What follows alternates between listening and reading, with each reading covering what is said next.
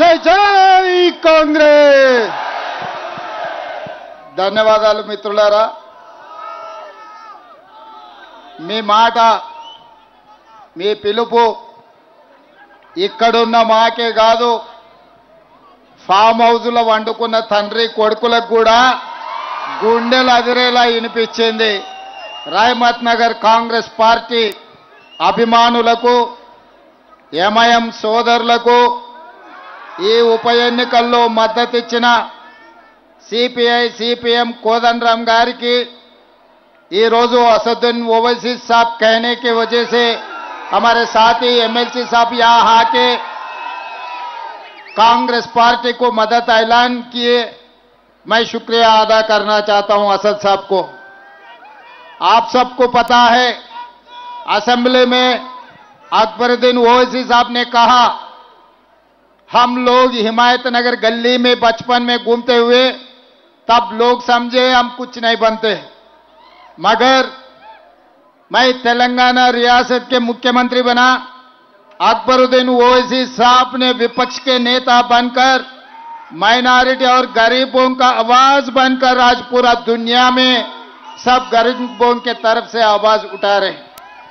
మిత్రులారా, ఈరోజు Jubilee hills ఉప ఎన్నికల సందర్భంగా జిల్లా పార్టీ అధ్యక్షుడు అనిల్ కుమార్ యాదవ్, అదేవిధంగా సహచర మంత్రివర్గ సభ్యులు కోమటిరెడ్డి వెంకటరెడ్డి గారు, పొంగులేటి శ్రీనివాసరెడ్డి గారు, పిసిసి అధ్యక్షులు మహేష్ కుమార్ గౌడ్ గారు ఈనాడు మీ బిడ్డ మీ బస్తీలోనే పుట్టి మీ బస్తీలోనే పెరిగి ఇవాళ ఎమ్మెల్యే అభ్యర్థిగా మీ ముందుకు వచ్చిన నవీన్ యాదవ్కు మద్దతు ఇవ్వాలని సిపిఐ సిపిఎం ఎంఐఎం కోదండరామ్ పార్టీల మద్దతు ఈనాడు రహమత్ నగర్లో ఈ సభను ఏర్పాటు చేయడం జరిగింది. ఈ సభలో వేలాది మంది, ముఖ్యంగా మా ఆడబిడ్డలు వేలాది మంది ఈరోజు ఇక్కడికి వచ్చి కాంగ్రెస్ పార్టీని ఆశీర్వదించి రాబోయే ఎన్నికల్లో 30,000 మెజారిటీతోని జూబ్లీ హిల్స్ గడ్డ మీద కాంగ్రెస్ జెండా ఎగరేయబోతున్నారని చెప్పి నాకు సంపూర్ణమైన విశ్వాసం, నమ్మకం కలిగింది. మిత్రులారా, ఇవాళ బీఆర్ఎస్ నాయకులు ఒక మాట అంటున్నారు, ఉప ఎన్నికలు వచ్చినాయి, మా సిట్టింగ్ శాసనసభ్యుడు చనిపోయిండు, ఆయన చనిపోయిండు కాబట్టి ఆయన సతీమణిని గెలిపించండి అని. నేను ఒక మాట అడగదలుచుకున్నా. నేను ఈ సందర్భంగా నవయువకులకు గుర్తు చేయదలుచుకున్నా. 2007 సంవత్సరం ఈ ప్రాంతానికి, ఈ ప్రాంతమంతా జూబ్లీ హిల్స్, కుకట్పల్లి, కుత్బుల్లాపూర్, షేర్లింగంపల్లి, ఖైరతాబాద్ ఇవన్నీ నియోజకవర్గాలు ఒకే ఒక్క నియోజకవర్గంగా ఉండే అది ఖైరతాబాద్ నియోజకవర్గం. ఆ ఖైరతాబాద్ నియోజకవర్గానికి ఆనాడు కీర్తిశేషులు పి జనార్దన్ రెడ్డి గారు నాయకత్వం వహించి ఆనాడు జంట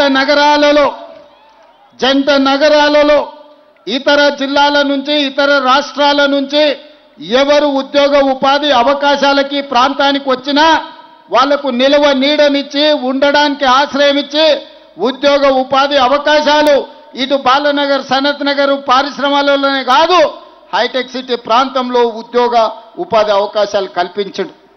ఆనాడు హైదరాబాదు నగరాలలో ఈనాడు చెప్తున్న బస్తీలు ఏవైతే ఉన్నాయో ఈ బస్తీలలో తాగడానికి నీళ్లు లేక వారం రోజులకు ఒక్కసారి ఆనాడు నీళ్లు వచ్చేది.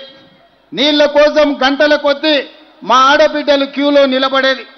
ఆనాడు ఈ ఆడబిడ్డల కోసం 2003, 2004 సంవత్సరంలో ఎండాకాలం వచ్చిందంటే పెద్దలు పి జనార్దన్ రెడ్డి గారు సచివాలయం ముందల వేలాది మంది ఆడబిడ్డలతోని కుండల ప్రదర్శన చేసి ఆనాటి ముఖ్యమంత్రి చంద్రబాబు నాయుడు గారి మీద ఒత్తిడి తీసుకొచ్చి ఈ నగరానికి కృష్ణానది జలాలను తాగడానికి తీసుకొచ్చి బస్తీలలో పేదల దాహార్తిని తీర్చండు. ఇవాళ ఈ ప్రాంత పరిశ్రమలే కాదు, ఈ ప్రాంతంలో జరిగిన అభివృద్ధి, మీకొచ్చిన కరెంటు కావచ్చు, మీకొచ్చిన రోడ్లు కావచ్చు, పేదవాళ్ళు గుడిసెలు వేసుకుంటే లక్షలాది ఇండ్ల పట్టాలు ఇప్పించిన గొప్ప నాయకుడు, పేదోళ్ళ గుండె ధైర్యం, పేదోళ్ళ దేవుడు పి జనార్దన్ రెడ్డి ఆనాడు ఖైరతాబాద్ నియోజకవర్గంలో గుండె ఆగి మరణిస్తే రాజకీయ ప్రత్యర్థి అయిన చంద్రబాబు నాయుడు గారు విజ్ఞత ప్రదర్శించండు.